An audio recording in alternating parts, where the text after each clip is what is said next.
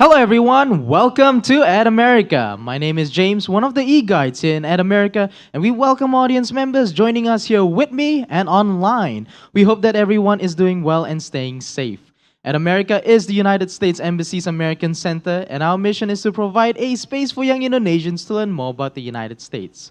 I also want to let everyone know that Ed America is now back open to the public, so feel free to bring friends and families to come enjoy our events and facilities in person. Today we'll be having how to prepare CVs, resumes, and letters of recommendations for US graduate admission. But before we begin, I have a little fun fact for everyone. Postgraduate studies focus more on contributing to the array of knowledge that is passed on to undergrad studies by means of research. Now stay tuned and please tag at America on our social media account. And without further ado, let me introduce everyone to our speaker for today. We have Kak Santika Salim, at America's very own Education USA advisor. Kak Santika, the stage is yours.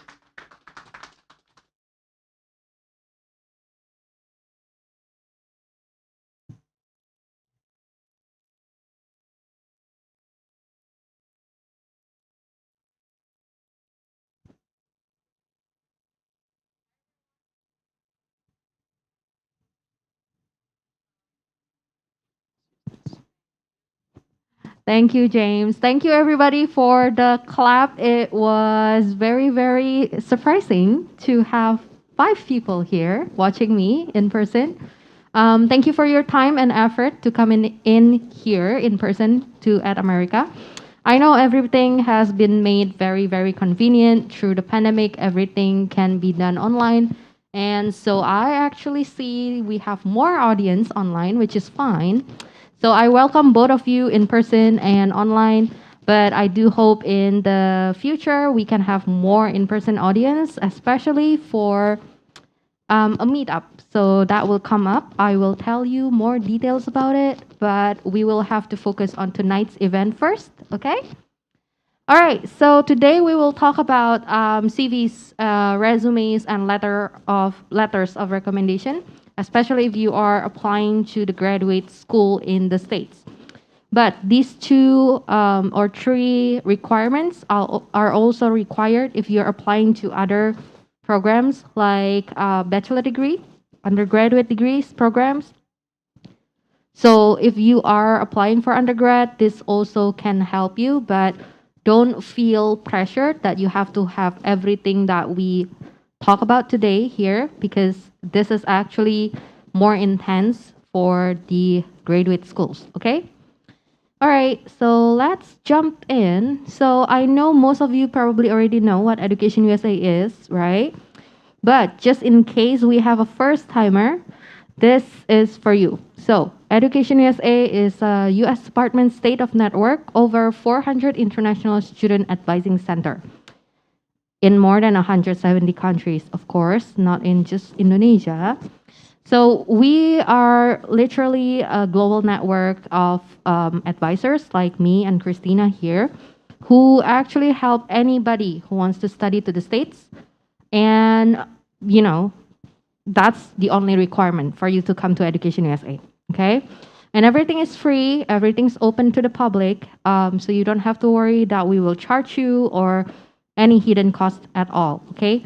All of our events here is also free and open to the public, and you can also rewatch this on YouTube and other platforms that At America have. But I encourage you to join us live as much as you can, because the interaction will be different. And you can ask questions directly in our event like this, okay?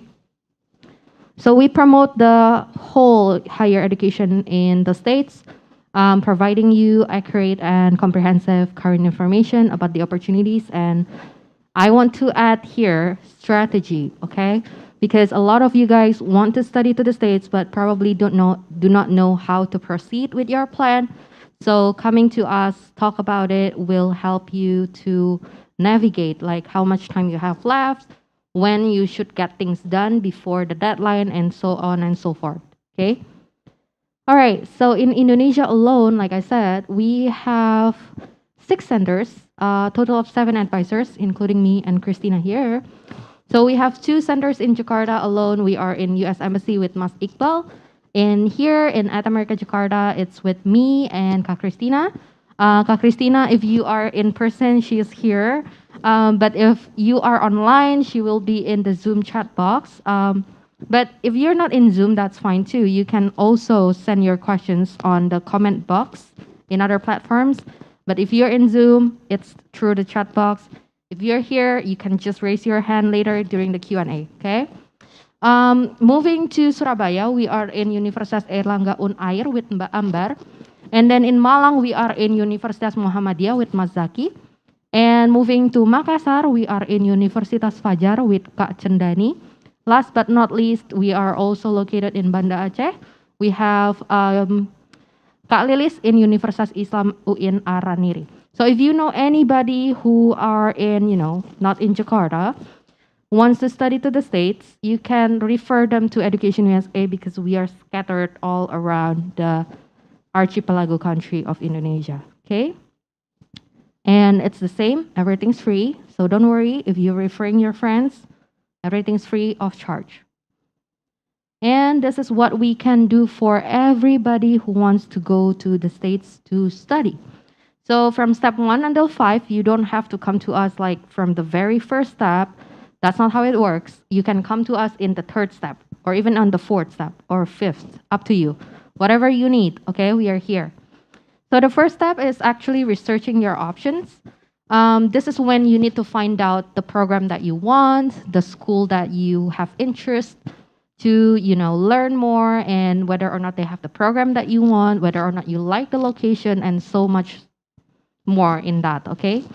So you need to have an idea what you want first and then come to us. Because if you come to me, Kasantika, I want to study to the States, and then I ask you, what do you want to study? And you don't know. How can I help you if you don't know, okay? So you need to find out on that first. That's the most basic question that you need to answer before you come into us, okay? The second part is finance your studies. In this part, if you want to discuss on your opportunities to find scholarship, you wonder what are available for you and what are not available, you can come in and we can tell you on the strategy differences that we know of. Commonly LPDP and Fulbright, but there are also other opportunities from the university directly. So if you want to explore that option but you don't know how to find them, you don't know the terms and everything, you can come to us and we can talk more about that. The third one is completing your application. Now, this is the most intensive service that we could provide, and we see a lot of advices coming in, is on the third step, completing your application. It's because there are so many requirements that you have to fulfill in order to complete the application itself. It's about 5 to 6 documents. Sometimes it stretch until like 8 things, depending on the university and program, okay? So here in the third step, you can come to me or Kak Christina or any other advisor here to discuss on your CV or resume, to review them, to review your statement of purpose, personal essay statement. And you can also ask questions like, letter of recommendations. It's tricky, it's hard to get one. How do I manage and everything? And you can technically ask any question of your application. If you see anything on the website, on the university website, and you're confused, you can come to us with that question as well, okay? On the fourth one is when you already got accepted to any US universities, including, colleges or community college, you name it, and you're confused on what to do next. We can provide you with the step-by-step so that you can apply for your student visa with or without the guidance from your university or your institution. Most of the time, if not all of the time, they will provide you details, but some people will be very confused because they will give you information like go check with your US embassy in your country. So that leaves you to Education USA, right? So we can help you to give you the step-by-step, and you can apply on your student visa on your own. All right, last one is the pre-departure orientation. This is a yearly event of Education USA Indonesia. And we invite everybody, including those who are just, starting to find out if US is the right place or not, but especially for those who are accepted and going to the States this year. So on that year. So every year, so let's say this July, we plan one PDO for all of we will invite everyone who got accepted to attend the fall 2022. But if you are still planning to apply for fall 2023, you're still welcome to join us to see what are available for you once you got accepted, what kind of guidance that you can get. Also to make sure that, oh, I want to be there because of this and that. You can learn a lot about the culture, how you manage the first week, the first, second week, the first 2 weeks there, and then what to do, what to prepare. And you can also maybe hear about the process of applying for the visa. Is it hard or not, and everything. So that actually can help you to be very sure about your plan to go to the States or not. Okay? All right. So everything that we talk about, the 5 steps earlier, is actually very, very tailored to each and every one of you. So you can book an advising session to just ask questions, discuss any of the 5 steps there. And this is how you do it. You just need to go to calendly.com/educationusa at America. And this is specific to at America Center. So if you plan to meet other advisor from other center, you just need to substitute this at America in the back to Indonesia. Okay? And it will present you with other advisors available in other centers as well. All right? So you can just take a picture of this, screenshot this, whatever you need, and scan the QR code. It will lead you to the Education USA at America's Calendly. Okay? We started to do in-person advising. So if you haven't been to At America in the past 2 years, after meeting me online in Zoom, then if you want to try to come into At America, you are more than welcome to do so. Okay? But we will still have to be very, very careful, as the recent news and everything. So we are just taking precaution. So we have more people coming in. Thank you so much for your time. Please take a seat. Okay, so let's move to the next slide. Okay, so this is how you can check our upcoming events. Of course, like I told you, the upcoming events is the PDO. That will be in the mid-July. More details coming up on the website and everything.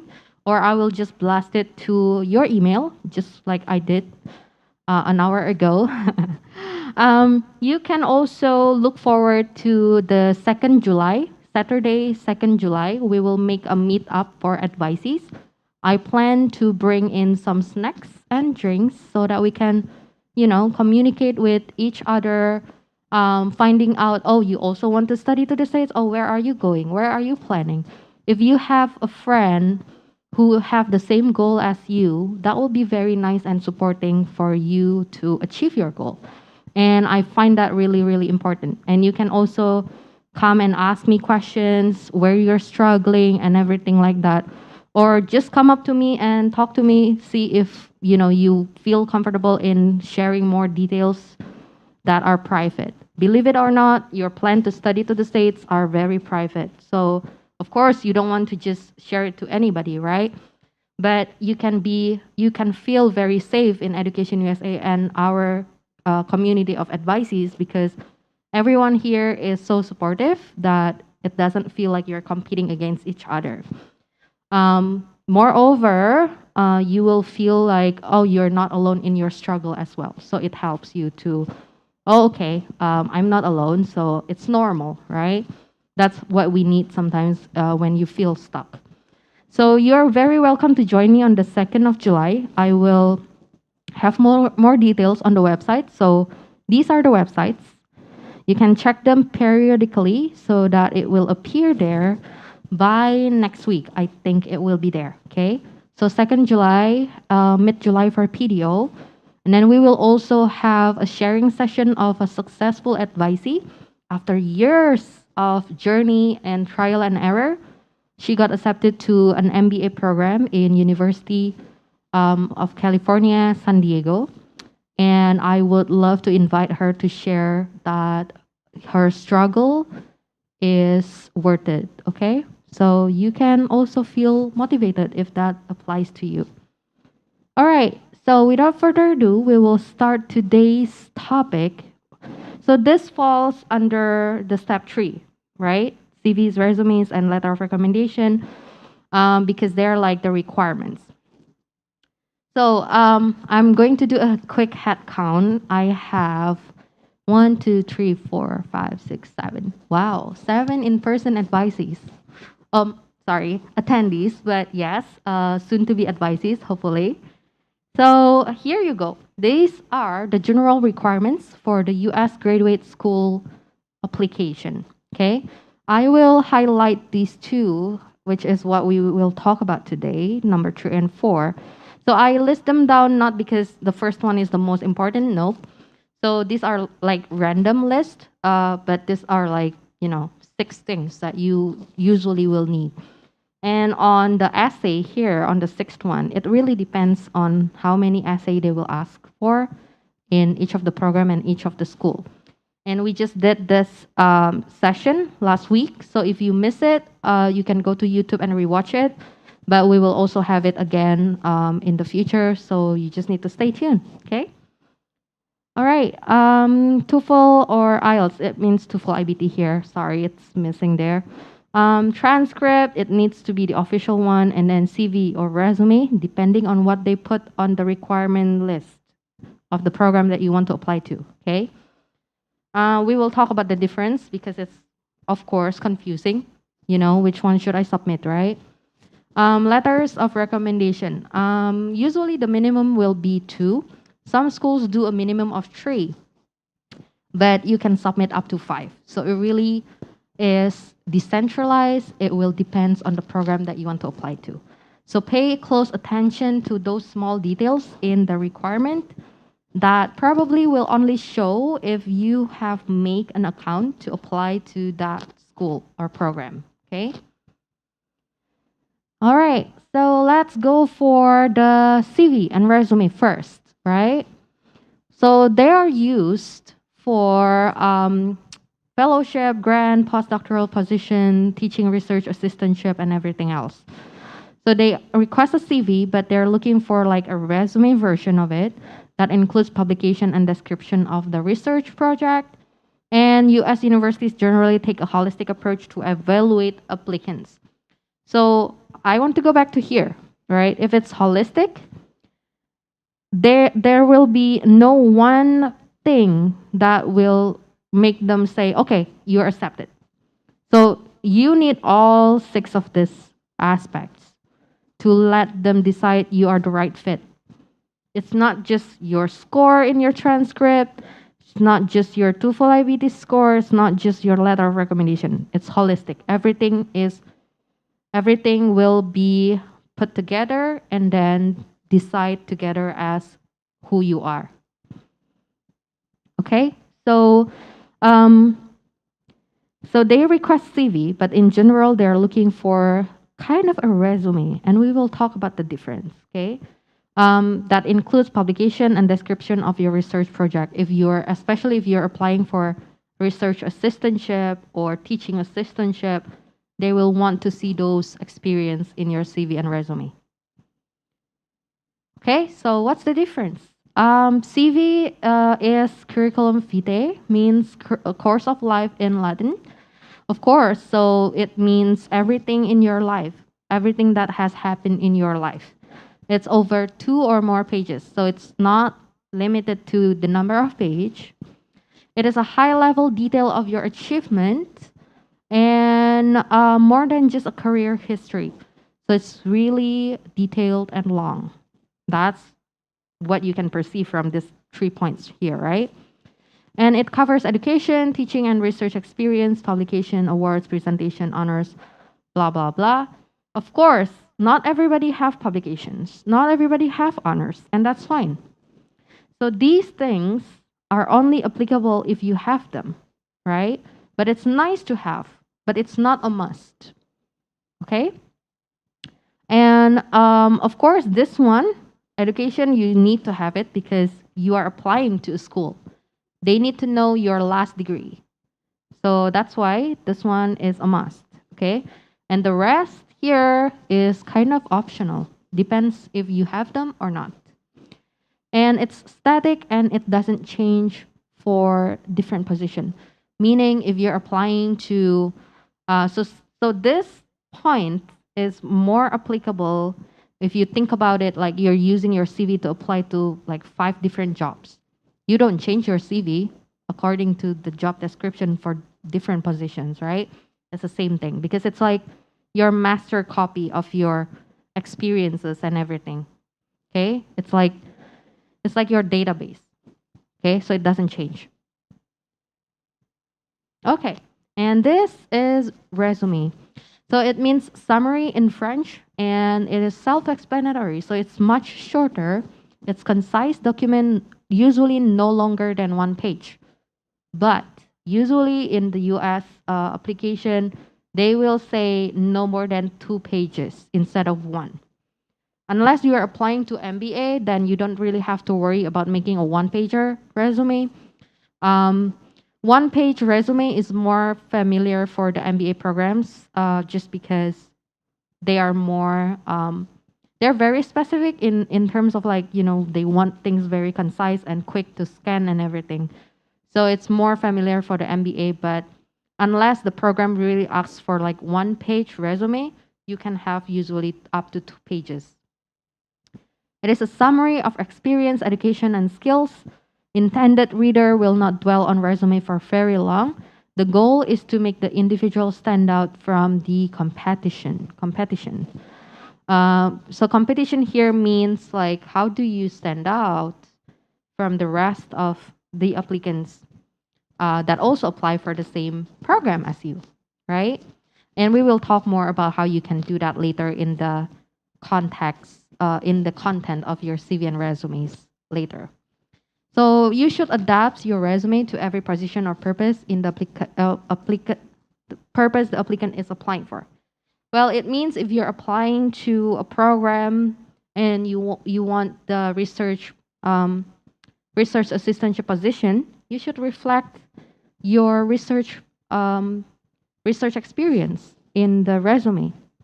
But if you're applying to another program and you want the teaching experience, you want to be the teaching assistant, then you want to put in your teaching experience, not your research experience. So it's tailored, okay? All right, so these are the 3 major differences: the length, the purpose, and the layout. So CV is long, it covers the entire career, so it doesn't have to change because it's like the database. And resume is short, it adapts to the purpose, and it is highly customizable. Okay. So I have advisees who come to me with like 5 page CV and want to convert it into resume. So what will happen is we will have to cut out a lot of things that is probably not relevant to the program that he or she wants to apply to. That includes cropping out internship experiences and awards that doesn't really match the program's concentration and everything else, and also kind of like very a lot of participations in conference and everything, so we have to select in each of those things and put down a lot of things so that it can fit into be a resume of 2 pages or 3 pages at most. Okay. So how is it different in Indonesia? So this is the common CV or resume that you see in Indonesia and maybe other European countries. I think they call it Europass or something because we have received them and we said that's not how US do it. Okay. So I will tell you what is not needed here from here for the US template. Okay. You don't need a photo. You don't need what else? You don't need the. Okay, this is actually not bad. You don't need the photo only here, and you don't need a lot of other education in the bottom here, assuming that you just need to put in your bachelor degree here, or your last degree, your master, or any last degree here. And we don't need the personal data at all. So nationality, sex, marital status, date of birth, place of birth, none of this needs to be included. Okay? And it is actually not recommended because, oh, I will tell you why later, but here you go. No picture, no religion, no marital status, no other unnecessary information. Basically, the one that we just pointed out, okay? And this is because the Civil Rights Act of 1964 in the States that it is a federal law that prohibits employers from discriminating against employees on the basis of sex, race, color, national origin, and religion. It also applies to private and public colleges and universities, employment agencies, and labor organizations. So they have this law. So if you put these things, like what you do in Indonesia, it will, automatically lead them to, if they favor you more than other applicants, it will kind of make them break the law. So they don't prefer this. They actually kind of avoid these things because it will lead them to the bias that they shouldn't be doing. Okay? So do them a favor of omitting those unnecessary stuff. Yeah? Okay. So I use something from Michigan State University on the common things that you will find in both CV and resume. Basically, they have a very, very similar template. The only difference is why the content can be different is because of the length. Okay? If you have like, if you can make like 5 pages, of course, you probably have more spacing, you can write longer, and you can put in more categories, right? But if you are doing resume, like only 2 pages, of course, you will have less space, you have to write shorter, you have to do maybe smaller font a little bit and everything like that. So what's common is you will have a white or light cream or gray paper if you print it out. But if not, then most of these days we use like digital copy. So you will have like a very clear color background, no fancy prints or anything else, okay? Contact information on the top, name and contact information, of course. US letter size or A4 standard. Size 12 professional font, so nothing fancy in the font. You want to make sure everybody can read what you're trying to write. Okay? Content in the reverse chronological order. So you start with something in 2022, something in the present, then you move to like something in, like experience that you end in 2020 or 2021 last year if you just recently started in your new company. So the most recent order first on top, and then you move back. So it's reverse. No I, because it should be like a passive voice. So langsung subject gitu. References at the end, and this is optional because for international students and any student application for the graduate school or the US universities, even if it's not graduate school, they will ask for letter of recommendation, right? And so these became optional for student applying to the school. And no photo included, so that is the same in both. And this is the resume. You can see that they will start with the, of course, name and contact, and then educational qualification, professional experience. So these two are usually set. Actually, the first one. So you have to put your education, formal education first after your name and your contact. So this two on the top is kind of like a template already. Okay? So, and then after the educational experience or qualification, you can put whatever you want to highlight. So let's say research experience or teaching experience that you want to highlight. You can put it here. I mean, if you're a teacher, your professional experience will be teaching, right? So it only makes sense to put it there. Brief bulleted statements, specialized skills here at almost the bottom, and affiliations can wait until the very bottom. So we prioritize the very important thing first, which is who you are, where you are based, and then what is your last degree, and then your experience that you want to highlight. Okay? And here it says 1 until 2 pages and tailored to the position. And this is the CV. It's of course full, so you can see it stretches out. Like you need to put your previous, like all of the things that you have earned in your educational background, like your high school, your community college, your bachelor maybe, and then you can go for the research teaching experience, specialized skills, and affiliation. So it's way longer, and this can be included awards, honors, affiliation, specialized skills, and references. Again, this is like everything, everything. So when you are asked for a resume and you have a CV, what you do is you pick and choose what you need to make it into resume. Okay? All right. So contents of your CV or resume. Let's go into the deep, okay? I will have 4 points to highlight here, okay? The first one is here, consistency. You don't want to write the abbreviation and then the full version. You don't want to mix them up. You just choose either style, like one of them. Okay? So if you see, I use April here, and then I use Jan here. So you need to be consistent to make it neat and to make it like, you know, the one that they're looking for.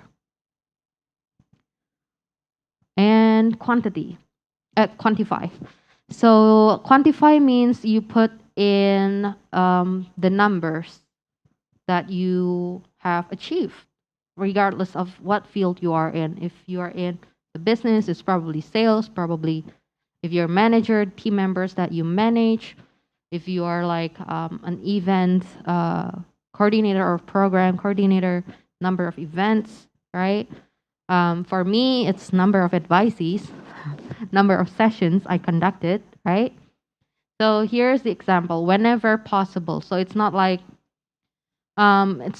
something that you put, like 3 numbers in one sentence. Doesn't have to be like that, okay?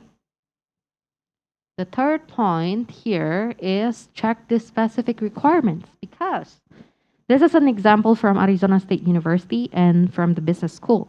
So assuming that this is for like an MBA or finance, program, they have a very detailed instruction here that you need to watch out for, okay? So it's the job title, position, blah, blah, blah. So this is actually normal, right? But what's not normal here is salary history, which is optional, of course. But if you can provide it, I think it will give them a bit of a background of your profile. Honors, awards, blah, blah, blah, and then computer skills, multilingual abilities, overseas travel. Now the third point is very unique, because if this is, so these are important things that they're looking for in the applicants. So if you have these, I think they will like you a little bit better. That's why it's included. They want to know your computer skills, whether or not you can speak more than one language, right? And whether or not you have traveled or been overseas before. Because I think they are thinking from a perspective of receiving international students in their cohort. So they're like, if you never been to, other countries before, you probably do not have the exposure of other cultures, and more likely will experience a culture shock when you arrive in the States, right? So those are the things that they probably think of when they ask for you to provide these kind of things. And of course, this is, given. They will need to know your last degree in order to see if you're qualified or not to be in the program. Okay? So they're very thoughtful when they give us specific details, and we need to watch out for that. So not only MBA, but other programs usually have their own uniqueness. There are schools that ask you to include your salary, and usually they do not put optional there. They will put like history. They will put like include your salary. That's it. And some of them would ask for if you have any gap year. Gap year means, so if I graduated on 2015, and I grade if I graduated high school in year 2015 and I started my community college years in 2017, there's 2 years gap, right? That's called gap year. So some schools actually ask, if you have gap year, please explain your activity during the gap year and everything in your CV or resume. It is that specific. Okay. The fourth one, the last one that I want you to very, very pay attention to is the use powerful action words. So things like led, conducted, increased, managed, compiled, budgeted. If you can, don't put everything the same. So the first, second, and third bullet point, if you can use different action word, please use different action word. You don't want to do conducted, blah, blah, blah, and then the next point also conducted something else, right? It's just you can actually merge two items in the previous bullet point if you also use conducted in the beginning for the third bullet point. So use powerful verbs or action words, and I will give you a list of them so that you're not confused. What do you mean by powerful action verbs, Santika? There are so many verbs, right? Okay, so always go for official resources, and it means it's from the university official website. Okay, so always go for university website. How do you know it's official? It's .edu here. So any website that ends with .edu is the official university website. Okay. This is from University of Texas, and you can see the different categories here. They are great. I usually share this to a lot of my advisees. I don't know if you can zoom in. It's pretty small, so I'm gonna read a bit. So they have accomplishment category, creative category, communication, helping, instructional, leadership, organization, or detailed research, and technical. So depending on your field and depending on your job task and achievement, you can choose different strong, powerful action words there. Okay? And let's move to the next one. Another official resources that I can share to you. This is how you actually look for, template or action verbs or their preferences or their guide. If you're applying to certain university and you can find this, follow that one from that school. Of course, it's not a guarantee that you will be accepted just because of that, but you are eliminating the risk of they're not familiar with what template you're using. Okay. So this is from University of Buffalo and University of Michigan. So on the left here, you can see they have a lot of samples and a lot of things for you to learn from, including, the samples there. And then the University of Michigan actually have instant resume feedback. I'm not sure if that's open for like the public, but if it is, then you can actually ask for the feedback there. They also have sample, of course, and resume action words, like what I showed you earlier. So yes, there are more than one university in the States who provide this kind of thing. Actually, a lot of them. So you just need to find the career center or similar sections. And if you think about it, it's a resource for their current student. So if you're graduating from University of Buffalo and you're graduating from University of Michigan, and you are trying to craft your CV or resume to get a job, or like try to apply for jobs under the OPT, optional practical training, you will need these resources. So that's why they have it. But what you need to keep in mind is to tailor it to your current situation or condition of applicants. You don't want to write you are already in the university just because you use their template, right? Okay. So these are the in-depth sample from Graduate School of Illinois. So you can see this is actually the website. And then if you click on the things, it will lead you to things like this. So these are a recommended sample. Of course, we need to add our location here just to indicate that we are international student. We are not based in the States. Okay, so there are things in the template that you still need to customize because you are from Indonesia, because you have worked in Malaysia before, or you have worked in Germany before, or whatever, different location needs to be reflected in your CV and resume. So they make this with the thought of their local students. Everybody knows where the Illinois is and everything. So nobody needs to write it down on the location. Okay? All right. So let's move to another part of the presentation today. So we are done with CV and resume. So if you have any questions, write that down in your notes in your phone, or you can send it in the chat box in Zoom or comment box in other platform.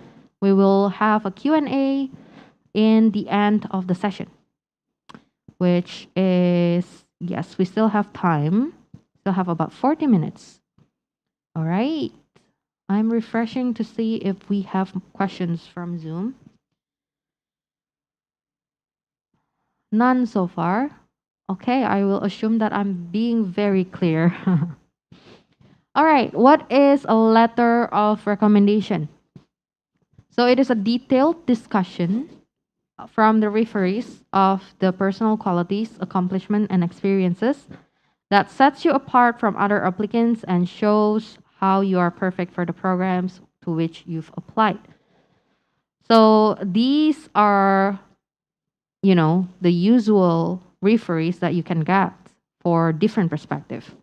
So from academic perspective, you can ask faculty members, jadi dosen-dosen, dosen pembimbing skripsi atau tesis kamu, dosen yang pelajarannya yang menurut kamu perlu banget, penting banget, dan mungkin relevan juga buat ke program kamu. Gitu. So professional aspect, administrators, internship or co-cooperative education supervisors, and employers. The rule of thumb here is that they have a supervising rights over you. So you cannot ask, so if you're a manager, you cannot ask a fellow manager to vouch for you, to write for you, because he or she do not have the capacity to see if you have been doing good in this and that. Do not check your work and everything. So the rule of thumb is they need to have that rights of you. Okay, they need to have that context to write for you. The best letter writers are those that know you well. First point, know you well. Second point, can provide an evaluation of your ability to perform and succeed at the graduate level. So like I said, you cannot ask someone who is on the same level as you because, they do not have the. It's not their job to see if you do something right or wrong, or how well you do this and that at your work or in your studies back then. So that's that. So if the minimum is 3, you can be very creative in providing something from your volunteer activities, but you need to check with the admission committee if that is okay or not. Okay, some of them would prefer 2 academic or 2 professionals and 1 academic if the minimum of letter of recommendation is going to be 3 letters. Then usually they will ask for two academic, one professional, or vice versa. It's up to you. But if you do volunteer activities and you can get a very good one, and you want to put that there, you're confident, then you can. But you have to double check with them. Okay? All right. How important are letters of recommendation? So they're required for almost every graduate school application. Your transcript, standardized test score, admission essay factor in most heavily. But letter of recommendation could be deciding factor in the admission process. So you don't want to underestimate this thing at all, because on top of your score, on top of your TOEFL IBT or GRE or GMAT score or your GPA, your CV resume is so stellar, but if you don't have anybody to vouch for your skills and your achievement, how would they trust what you write in your CV in the first place? Because you can just write any number, huge number, right?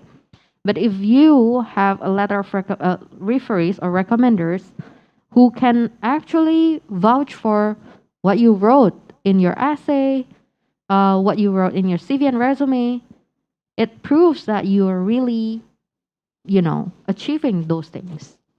So it's really, really important. So you don't want to think like, oh, I can just, find anybody who wants to write for me and I'm done with it. And an excellent recommendation letter can make up for the weakness in any of the application documents, or again, holistic. So there's this story. If you're not confident with your GPA for your calculus class back then, but you're applying for something that requires you to be very good in the quantitative aspect, right? Of course, you pass the calculus back in your undergraduate study with such a hard work with the professor. You come back and forth. I don't know how many times you went to see the professor until you make it, you pass the calculus, calculus class. And then you can ask that calculus professor to write how good you are, how persistent you are in achieving something that's hard for you, and then you pass. That actually speaks a lot about you, not about, oh, you only passed with 3.0 GPA for that class, but what's in the letter when the professor wrote you didn't give up, you actually do more than your classmates in order to succeed, in order to pass. That actually speaks a lot about your personality. And they would want to have someone who is as hardworking as you, right? So that can be your strength. You don't want to think that, oh, it's just a letter, it's a formality. It's not. So although it can vary, generally you will be asked for 2 letters. So like I have said, usually the minimum are 2 letters, but there are some schools that put a minimum of 3, and they actually also allow like the freedom to put up to 5 letters. So if you can give them more letters, I would say why not? That actually helps you more for your application. All right, so continuing on, letters of recommendation, you need to make sure that each recommender will say something different. So you don't want, so let's say you have 2 professional referees, right? And then one more, if you're asked for 3 letters, then 2 are from the professional aspect, right? Let's say. And you don't want, the first referees from your workplace say that you're good in analyzing data. And then the second one also said the same thing. They don't learn anything new about you by having 2 same points. Okay? You want to make sure that they write different points. They highlight different points about you. You can be upfront and talk to them. Them means your recommender, your referees, about what they're going to write. Not say, but yeah, write in the letter. Make sure you give your recommenders plenty of lead time, Meaning you don't want, so your deadline to submit for, let's say, an application for master program in certain university in the US is, let's say, 30th of June. You don't want to tell them that I will need it by the 30th of June.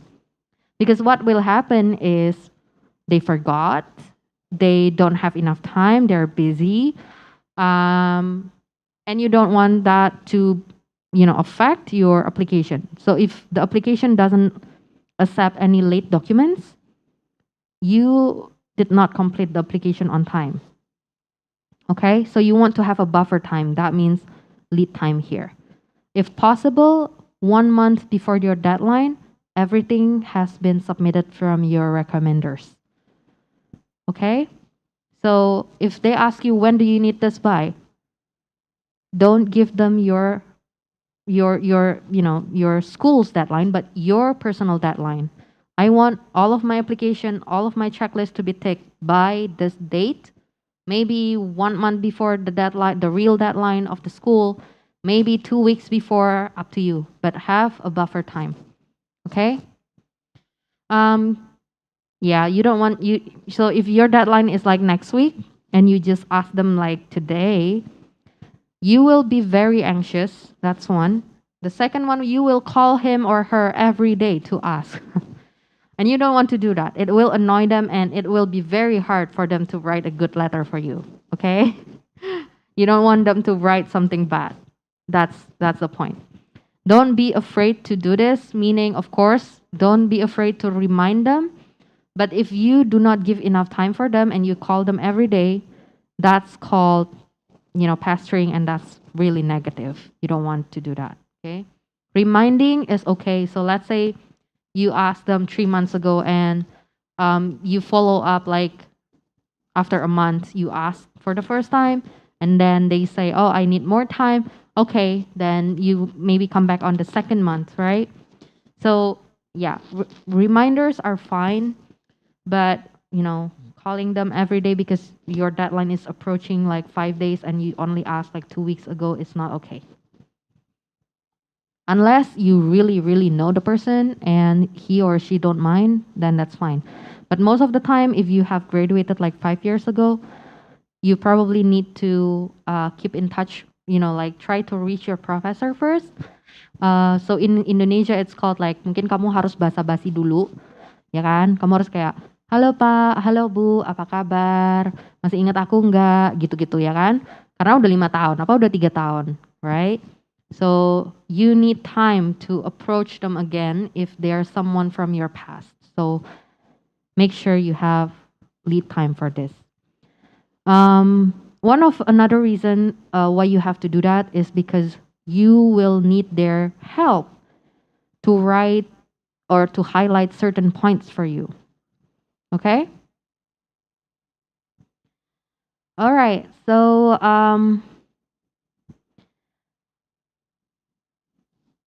can I help you? You're good? Okay.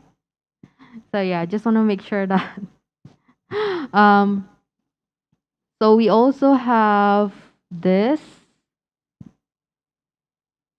Okay, we are done with this one. And okay, ini biasanya ada akan pertanyaan verpa ini. So yeah, it will ask you do you want to waive your right to review the recommendation letters? Or pokoknya anything that says verpa here, intinya itu, kamu mau waive your rights to review the letters or not. So in short, we will recommend you to just say yes to waive your rights, because at the end of the day, if you got accepted, you can request access to read the letters. And usually in Indonesia, you already know what the content of the letter says. So you waive your rights to see it because, well, you don't need to see it because you already know, right? Most of the days, most of the time. And there's no need to worry because, of course, you have selected recommenders and referees that know you best and they will say positive things about you. So you don't want to choose someone who have the tendency to write something negative, or taking the chance even if mereka bakal nulis positif apa negatif ya. Kalau kamu masih mikir gitu, cari recommender lain. Okay? Because the whole point of waiving this rights is because you are confident that they will say positive things. That's first. Second one, most of the time, recommenders in Indonesia already show you first and then ask you, is this good enough for you? Do you think I need to change anything? Based on your input, they will probably revise it again for you. Okay? All right. Who should write your letters of recommendation? The first rule is, again, know you well. The second one, know your work or your study, of course, kalau dari academic ya. Know you long enough to write with authority. So you don't want to just, if you are new at your workplace, you only have been there for like what, 2 months, and you ask for a letter of recommendation there. I wouldn't recommend, because technically, that person probably, your supervisor probably haven't know you as much if you have stayed in a company for like, let's say, at least a year. Okay? Describe your work positively. I mean, able to describe your work positively. Have high opinion of you, of course. Know where you are applying. So this is actually your job to tell them. Okay, number 6. Know your education and career goals. Again, probably this is also your job, 6 and 7. Number 8, be able to favorably compare you with your peers. So yes, sometimes comparison is needed to tell how good you are compared to the rest of the team or whatever. So yes, you need someone who can do that. Be well known. Be well known means doesn't have to be actress or actors or kayak bupati, atau bukan orang yang harus terkenal kayak gimana, but they have a title that they can write. Okay? Unless it's LPDP. If you know, LPDP recently changed their requirements. Tulisannya sih tokoh masyarakat. I actually haven't asked them what does it mean to be tokoh masyarakat for that to be valid letter of recommendation. But assuming that it shouldn't restrict it to be kayak harus yang kayak tadi aku bilang, kayak harus bupati lah, harus orang-orang yang udah hold positions in the government and everything, because it really limits your choice. Like, everybody will know them, but do you know them well and they know you well? Okay. And lastly, be able to write a good letter, of course, preferably and recommended in English. So if you know them very well already, you probably can tell how comfortable they are in writing in English. If they are not comfortable in writing in English, does not mean that they cannot be a recommender. You can translate the letter that they give to you in Bahasa Indonesia to English. So you can just ask for a letter of recommendation in Bahasa Indonesia, and then you can translate that to the sworn translator together with your transcript most of the time. So you can do that and then give the English version back to your recommender so that he or she can upload it on their end. Okay? All right, provide all necessary information. Referees may not remember everything about you. So like I said, if you have graduated like years ago and then you just contacted your old professor, they will not remember you because they have so many students. So you need to remind them. And these are the things that you can provide them. Your transcript, your resume or CV, your draft essay, or your finished essay that you are going to use for the school or the program that you want to apply to, courses you have taken with them if they're your past professors, research experience, internship, or other applied experiences, awards, experiences at work, professional goals, list of programs that you want to apply to. So sometimes you want to apply to specific program, but they can have a different name in different schools. So that you need to pay attention to. Due date for the application. Again, we have discussed this. Don't give the real application that you see on your university website. Okay? You should have a personal goal, which is sooner than the deadline on the website to share to your recommenders. All right, so this is very common, not only in Indonesia, apparently in Asia, probably. Um, what if the recommender or recommenders ask me to write it for them? Can I do that? I would say definitely not, because you're risking yourself. You're actually risking yourself to be exposed of writing your own letter, and they're supposed to be confidential and from other people. So you're actually breaking the ethical conduct just when you're applying. You're not even a student yet, right? So that's actually a very big, huge red flag for them. And you don't want to do that. Why? Because they can tell. So writing, if you have write your essay, we have what it's called a writing style, and it's kind of like our DNA. So if you write your essay and then you also write your own letter, and the style is the same, it's really hard to change your style of writing because it's just who you are. So some people start with a passive voice, and that's like it's like their DNA, it's their style. And if they note that it's the same style, like 90%, 95% same style, you are in trouble. They will be able to tell.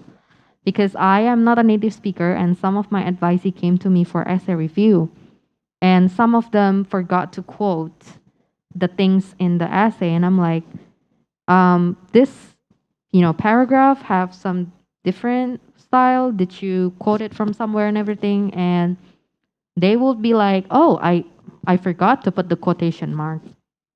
There you go. Apalagi kalau native speaker, lebih cepat lagi nangkepnya. Okay? You're not supposed to write them, again, because they're supposed to be confidential. And that is why the system is you only put in the email and maybe the phone number or details of your referees and recommenders. They will send the link for your recommenders to submit the letter. So they want the submission from your recommenders, not from you. You only give the email address.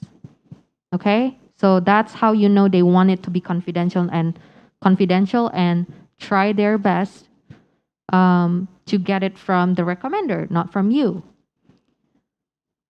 Okay? So if the referees refuse to write it themselves, you need to find other referees. If you cannot find other referees, I don't think that's apa ya? Kayaknya agak nggak mungkin kalau kamu cuma punya satu orang buat kamu mintain surat rekomendasi. Pasti ada beberapa lainnya. Okay, so you can come in to discuss with me or Kak Christina or other advisors. So this happened. I don't have other recommender, and we will like dig your past. Like, oh, emangnya kamu dulu kerja di sini gimana? Lalala. Do you still in touch with the manager or siapa yang dulu supervise kamu? Bisa nggak minta dari situ aja? We will go through your CV and resume and check with you, like, is there really nobody here in your past that can help you with that? Okay, so don't feel pessimistic first. If the referees ask you to write it for them, you are not supposed to say yes. So like I said, they will have excuses kayak, aduh, nulis Inggris susah, nggak ini, bahasa Indonesia aja gimana gitu. Jadi you have to negotiate at some point. If you're really sure that he or she is irreplaceable, then try your best to convince them. Okay? Provide them with the details that can help them. Jadi kalau kamu kasih poin-poin ke mereka, highlight apa, ngomongin apa, mereka tinggal bikin kalimat, itu akan ngebantu mereka. So sometimes if you don't provide that, they also don't know what to write, right? So they will say no, gitu. And if not in English, they can write in Bahasa Indonesia and you can use foreign translator, like I said earlier. Admission committee take this supposedly, like I said, confidential letters seriously. So it is very well known that you will already read the letter before they submit it for you. But what's not okay is if you write it yourself. So if you know what's in it, that's fine. But if you revise it yourself, rewrite it yourself, that's not okay. And like I said, high chance to be spotted. And that's really scary. It's automatically a no. Like no matter how good your GPA and everything else is. If they ever find out, they could reject your application right away, like, just no on the side. All right, so these are kind of like our last part. So this what a normal letter should look like, right? Biasanya kayak letterhead atau kop surat kalau di bahasa Indonesia. Terus kayak tanggal, siapa, buat siapa. Kalau nggak tahu buat siapa ya udah tuh whom it may concern. Or in this case kayak admission committee of blah blah blah, And then this is usually what we can write inside. Tapi ini hanya contoh ya. Ini nggak bisa dijadikan patokan kalian harus punya tulisan kayak gini supaya keterima atau gimana. It's not. So this is an example of how you can highlight someone in the letter. So it is my pleasure to recommend Jane Doe for admission of blah blah blah program at this university. I am a fifth-year PhD student in University of California, Berkeley, known Jane when I was blah blah blah. Jadi ini konteksnya kenapa dia bisa menuliskan letter of recommendation. Terus dia ini ngomong kayak aku ngerank dia top berapa 2% student, gitu-gitu. Jadi ini dibandingin sama peer kamu yang lainnya. Kamu tuh top 2% gitu. So these are the example, okay? What else that we can highlight from here? There you go. Jane has jadi nggak cuman nilai, tapi juga Jane has excellent communication skills. Her written work is both clear and concise as well as interesting to read. Demonstrated oral articulateness in the discussion section, blah blah blah blah. Jadi semuanya dapat nih, nilai iya, pintar iya, communication skill oke, gitu-gitu ya. So these are the points that you should be giving, that someone could give to their recommender so that they can develop it into this paragraphs. So letters are supposed in paragraphs, okay? Not just bullet point. Terus contohnya lagi, what else? Iya, contohnya bisa kayak gini yang kayak kalau diperlukan bisa kontak saya lagi dan segala macamnya. Terus ini signature as usual. So it's actually a letter and not the bullet point that you give. Jadi bukan bullet point yang kamu kasih terus plek-plekan dimasukin ke surat terus dia tanda tanganin gitu, enggak. Okay? Your point of giving points to your recommender is for them to develop into paragraphs like this. Okay? 1 page is enough. 2 page is okay. We don't need too long letters. Intinya isinya itu harus bagus, harus padat, berisi, bagus, and that's it. The length can vary. Tapi nggak rekomend untuk benar-benar kepanjangan kayak 3 halaman gitu, nggak perlu. Okay, maybe let's put a cap on 2 pages maximum. As much as they have plenty of good things to share about you, I think 2 page is more than enough. Okay? All right, and be sure to send a thank you note or treat them coffee or tea, whatever that is reasonable within your capacity to your recommender. Just don't be like, oh, after you got the letter and then that's it, bye gitu. Okay? All right, I think I'm done. So you can book a CV or resume review with us here also, calendly.com/educationusa at America. Or if you are keen to meet other advisors under other center, you can replace this at America to Indonesia and you can see other advisors outside of at America Center. And if you haven't found any schedule when you scan this and then lead to our this Calendly, you can come back like the next day. So every day there will be a new slot open up karena sistemnya plus 15 hari ke depan. So if like let's say today you can only check until tanggal 10, besok kamu bisa cek sampai tanggal 11 gitu sistemnya. Okay? And you can reschedule or cancel whenever you are convenient. So don't be scared once you make appointment and then you have to, nggak bisa datang terus gimana lalala takut kayak gitu. You don't have to be scared. You can always reschedule and cancel and make a new appointment. We prefer you to reschedule or cancel and make a new appointment rather than booking a session and then we didn't hear back from you and you didn't show up as well. All right, we are very fine with rescheduling, so don't be scared. And you can also email us here, jakarta.america@educationusa.org. If you have a brief question or you have any difficulties in booking a session, let us know. All right, that's it. And I'm opening the Q&A section. All right, let's see. How many questions do we have by now? Woo! Any questions in person here? Oh, we have a lot of online questions. But I'm going to ask if any of my in-person audience have any questions. If you do, oh, we have one. We have two. All right, we just do the in-person question first, and we will move to the online question, hopefully for the last 15 minutes. All right, please let me know what's your name and your question. Okay, hi Ka, I'm Saskia. I wanted to ask about the letter of recommendations. What if those letters were actually sent back to us by by the person who actually recommended? Like he is just asking like, Ayoda, you uploaded yourself and everything, something like that. Like, can we do that? Right. So, Saskia, thank you for your question. That's very good. Intinya kamu adalah kamu udah punya recommender.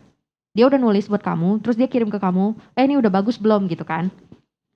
Something like that? Oh, okay, I understand. So after he sent the letter of recommendation that he wrote or she wrote for you, he or she tell you to submit it. So that's what we want to do, but the system is not allowing that. So the system of this US application, just to ensure more, untuk lebih yakin mereka itu mendapatkan confidential letter, yang submit itu nggak bisa kita yang apply. Jadi kayak aku apply, let's say aku apply ke University A, nggak bisa aku yang upload letternya. Gitu. Jadi kenapa di portal application itu mereka bakal minta email recommender kamu siapa? Nama dan email recommender kamu, nanti mereka akan send link ke email itu untuk minta letter buat kamu. Gitu. So, what you can do when your recommender already have that letter for you, you read the letter.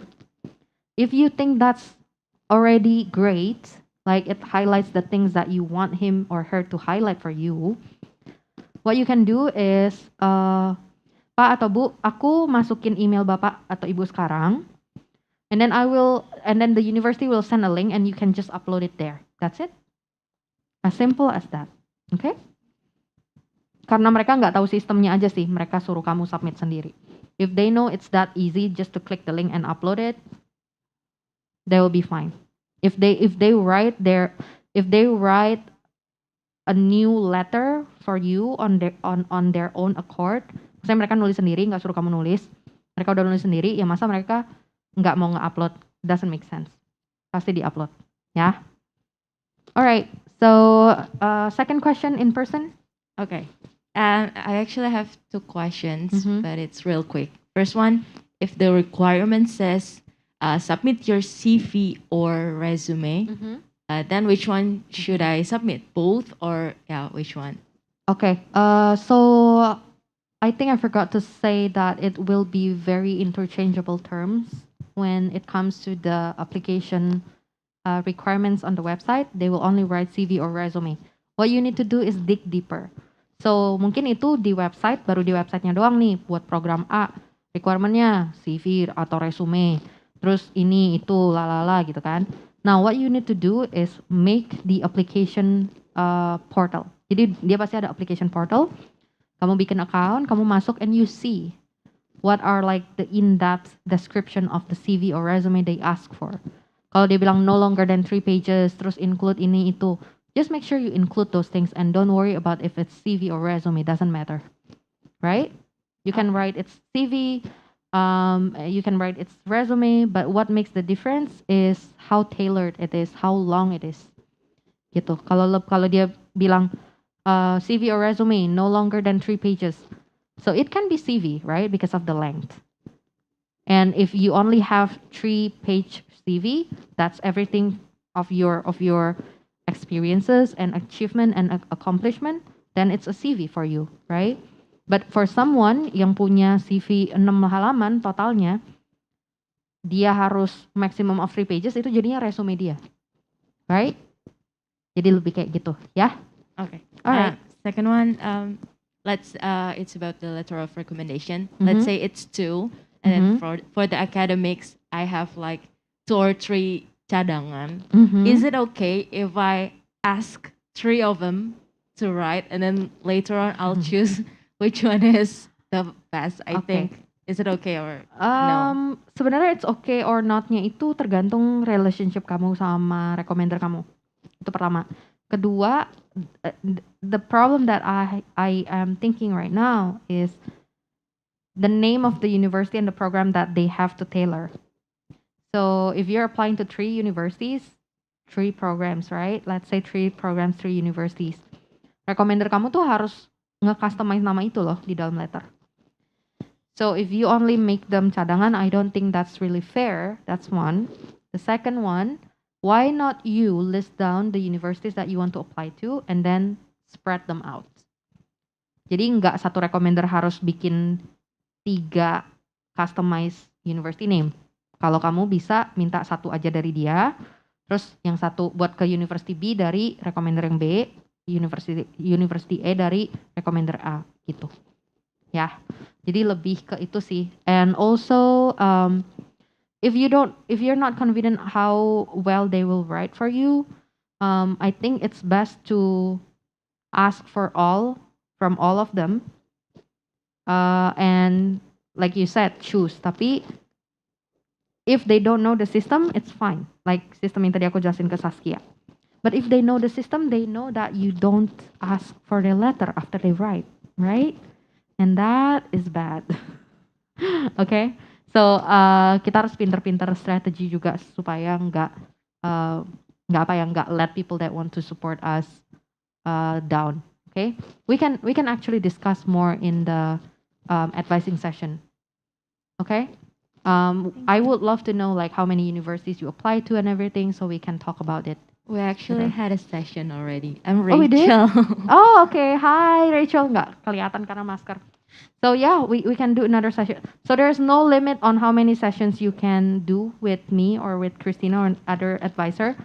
But our only recommendation is sticking with one advisor supaya nggak bingung nanti kamu ngulang-ngulang terus. Kamu ketemu aku hari ini, udah kelar nih. Terus kamu ketemu Kak Christina, kamu ngulang lagi ceritain kemarin kamu ceritain ke aku. So it's just taking more time for you. So we recommend to stick with one advisor. Okay? But there's no limit. As long as you bring in new question, new update, new questions, we are happy. Okay? Thank you. Let's move to online question unless in-person questions are still here. There are more in-person questions, I mean. All right, from Reza in Zoom, what is a detailed summary of your research interest? Is it a resume but specifically tailored with research experience? Detailed summary of your research interest itu lebih tahu kan kalau kayak habis nama, terus di bawah kayak ada brief bio or something, you can put it there, kayak kamu research interestnya apa. Or it can be in your research experience, you can, it will be reflected in what research experience you have and your interest is there, right? So detailed research experience or research interest doesn't have to be, you don't have to confuse whether or not you have to put resume but specifically tailored with research. So it is going to be a part of your resume or your CV if it's requested. Okay?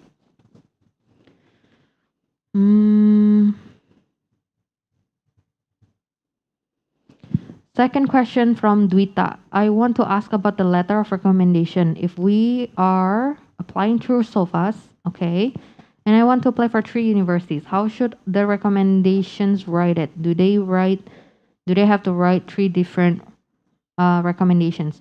So it really depends on the SOFAS platform. What you need to check is ini si SOFAS breakdownnya per university, minta recommender buat university A, atau cuman satu kali dia minta recommendernya siapa aja A, B, C, tapi nggak ada pilihan itu buat ke university mana. So that's what you need to check from SOFAS first. From that, then you can tell if you need to ask your recommender to write a general one or a specific university tailored like that. Okay. So another question from Instagram. I hope you're still watching. Are we allowed to merge 2 or more working experiences if we do same thing but do it in different places? I won't recommend that. Adanya kebalik. So usually if you are staying in one company but you got promoted, you only need to mention the company name once but different role. But if you have same role but different companies, of course you need to let them know it's a different company. So you have to repeat that, okay? And of course, find different things to highlight in the achievement bullet points. So we have another one from Mahira in Zoom. What if we have 2 managers? For example, I'm a designer. I have my design manager who I report to, but I also have a product manager who I work closely with. Which should I ask letter of recommendation? You can ask from both of them. Is it my direct manager or work closely on a project basis? Which one knows you best? Which one is more supportive of you? Again, rule of thumb-nya, selama rule of thumb-nya udah dapet, dia itu punya supervising abilities or capacity for you, then you're good. Dan tergantung kamu mau nge-highlight apa di letter kamu juga. Kalau kamu mau nge-highlight ya project, kayak how good you are in the projects, of course, to the manager that work with you on the project thing. Okay? Nafasya, hi Kak. Santika and team, ideally, how long should we give our professor boss our time to create the letter of recommendation?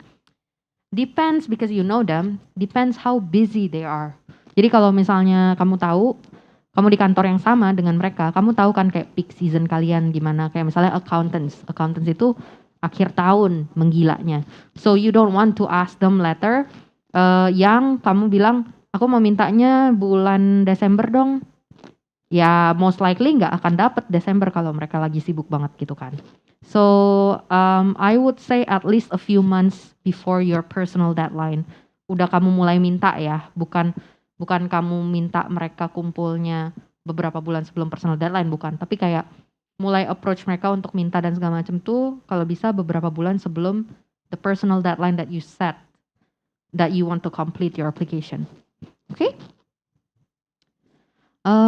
Reza, thanks, Christina. Also regarding the letter of recommendation, sometimes our supervisor asks us to write draft of the letter. So not the draft, not in the paragraph draft ya.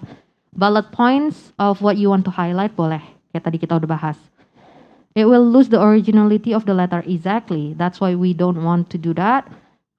If your recommender insists to ask you to write the paragraphs and everything, and he or she just want to sign the letter, please find other recommenders who are really really supportive of you. Karena kalau orang yang benar-benar supportive sama kita, supportive ke kita itu, mereka akan mau nulisin, oke? Walaupun mereka tuh nggak bisa bahasa Inggris, mereka mau nulisin dalam bahasa Indonesia, kamu bisa translate gitu. So we don't want to risk the originality that you also mentioned here. Okay, move to Bari. What about freelancer? Who should I ask? Your client. You can ask from your long-term client if possible. Atau klien yang kayak udah repeatedly keep working with you, asking you to work for them and everything. Itu bisa kamu mintain. Okay? Denny Hardy. What about graphic designer? How to fill the recommendation letter? Is that from client or any more suggestion? So untuk graphic designer aku akan bilang tergantung kamu mau apply program apa. Untuk art programs, usually what they ask for is your portfolio. more than the letter of recommendation. Kalau mereka minta letter of recommendation, ya mungkin kamu bisa minta klien kamu. Say if you make graphic designs for a certain company or brand or whatever, you can ask the person that work closely with you, yang kayak kamu keep in touch buat ini temanya apa tiap bulan lalala, karena itu orang yang kerja sama kamu, dia mungkin bisa bantuin untuk nulis surat buat kamu. Okay, moving to Alfian. I graduated my bachelor more than 4 years, let's say 5 years ago. Do I still have opportunity to get accepted? Yes. So there is no regulations or requirements that says kamu itu maksimal lulus 3 tahun maksimal lulus 3 tahun lalu baru bisa masuk ke program ini. That is never a requirement, and I have never seen that anywhere in the US University official website.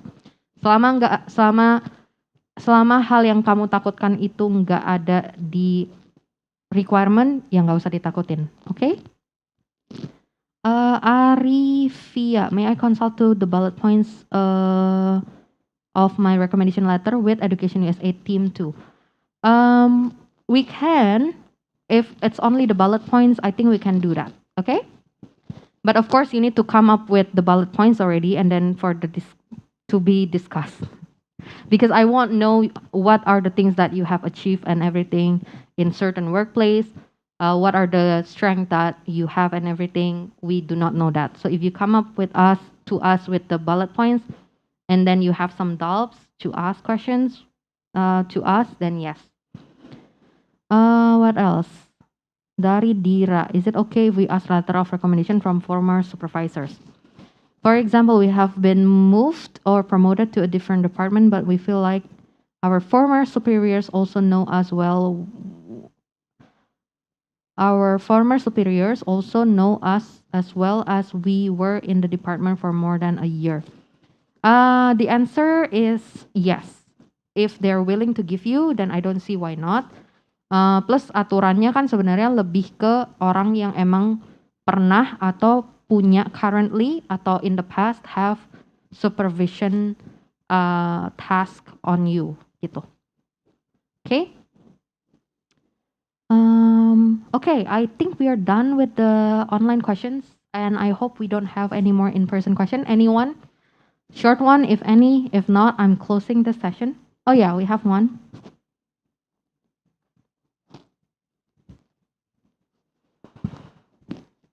Hello. Hi. My name is Roy. I just concerned about the capital letter in the content of the resume, and also abbreviation. How to handle it? Like, should I have to mention, for example, my courses in undergraduate? Should I have to make a capital letter for the alphabet? Basic hit transfer the capital letter for the first or Gini aja, kamu sign up buat CV atau resume review, nanti kita lihat langsung, oke? Okay? Karena kalau kamu jelasin kayak gitu, aku nggak akan tahu pastinya, nanti malah salah ya. So if you have specific questions and mau dicek yang mana, kalau kamu udah ada CV atau resumenya and it's already in a US template, you can send us the soft copy. So I didn't go in depth on how you can sign up for CV resume review session from Calendly. Basically semua instructionsnya udah di Calendly tadi. Jadi aku bakal kasih summary lagi ya. Jadi kamu tinggal bikin appointmentnya. Habis itu kamu baru kirim CV atau resumenya in PDF file ke jakarta.america@educationusa.org. Nanti pas kamu datang buat appointment kamu, kita buka file yang kamu kirim, atau kamu nanti kalau ada update lagi, kamu tinggal kirim lagi aja. Gitu ya. Jadi kita cek dari apa yang kamu kirim di email, terus nanti kita bahas. So, I usually scribble on your essay or CV or resume, whatever that you need me to review, and then give it back to you so you can see what are the things that I think you can improve on. Okay? Thank you. All right, I think we are done for today. I love the enthusiasm and the questions that we received. So many of you guys actually participated. So thank you so much. And Don't hesitate to sign up for CV or resume review. It's not going to be scary. I'm not going to judge you. It's not a job interview, right? So just sign up for that and send your CV or resume whenever you're ready. Walaupun nanti pas kamu udah masuk, misalnya appointment kamu jam 7, kamu udah masuk ke Zoom, kamu baru kirim juga nggak apa-apa. As long as you already have the file. Kalau kamu belum punya filenya ya, nanti kita nunggu kamu kelarin dulu udah 1 jam. Oke? Okay? Alright, that's all, and I look forward to see all of you guys, if possible, every one of you in person today on 2nd July, Saturday at 1 p.m. for a gathering, relaxed chat, chit chat, question updates, and some snacks and refreshments. Okay? Thank you, everyone. See you next time. Giving it back to James. All right, thank you so much, Kak Santika, for today's session, and thank you to everyone who have joined us here today and asked questions here and online. All right, with that wraps this episode. It's been fun, but we have to say goodbye for now. Follow our Twitter, Facebook, Instagram, and YouTube at @ATAmerica for our fun contents, event updates, and so much more. Thank you again, everyone, for joining. Again, my name is James, and we'll see you at the next America TV episode. Goodbye, everyone.